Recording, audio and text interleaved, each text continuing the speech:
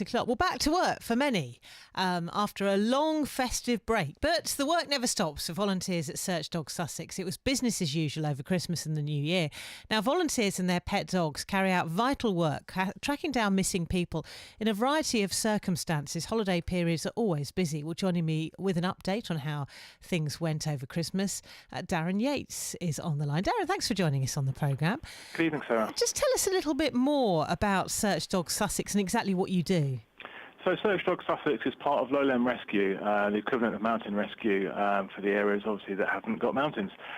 So we're a small team of 20 individuals and about 15 dogs who assist the emergency services, mainly Sussex and Surrey police, to look for missing and vulnerable people.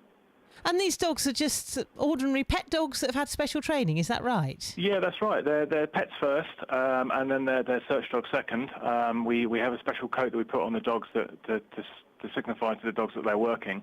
They take about 2 years to train, and we have to be nationally certified to be able to be working with the emergency services. It must be particularly rewarding when you track down, as is often the case, a vulnerable person who's gone missing. Yeah, indeed. So, I've been lucky enough to be within a team that have found a missing person, and that was fantastic. And the police gave really good feedback on that. And if we hadn't have found that person, the police think that he would have died within a couple of hours.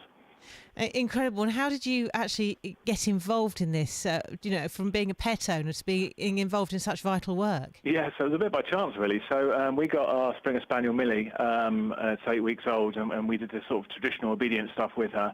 And after about a year, we wanted to work a little bit more. I thought about doing the traditional gun dog stuff, but the opportunity arose through Sussex County Dog Training to do a beginners and intermediate search course, which they do there. And we were luckily invited to join Search Dogs Sussex, and that was probably about 2.5, 3 years ago now.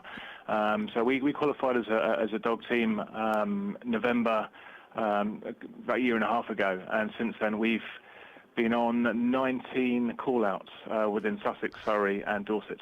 What sort of call-outs did you get over the Christmas period? So we had 3 call-outs this Christmas. We actually had a call-out on Christmas Eve. So the afternoon of Christmas Eve, we were called out in Surrey to help Surrey police look for a vulnerable missing male.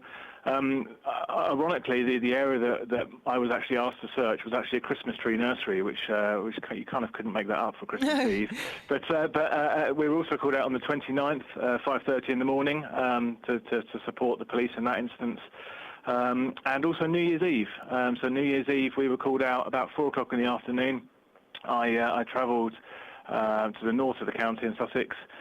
We performed a search there in the dark, in the thick fog, and luckily, personally, I managed to get home before New Year's. I managed to get back to the family before about 11:15, but some of the team were out until the early hours, and they missed New Year's Eve. So it's a very big commitment from all involved, including the families who allow us to go out and search for these people all hours, 365 days a year. Incredible work you do. And Darren, thanks so much for joining us on the programme and telling us about it. Really interesting talking to you. Thank you very much indeed for that. You can find out more by going to searchdogsussex.com, an incredible organisation.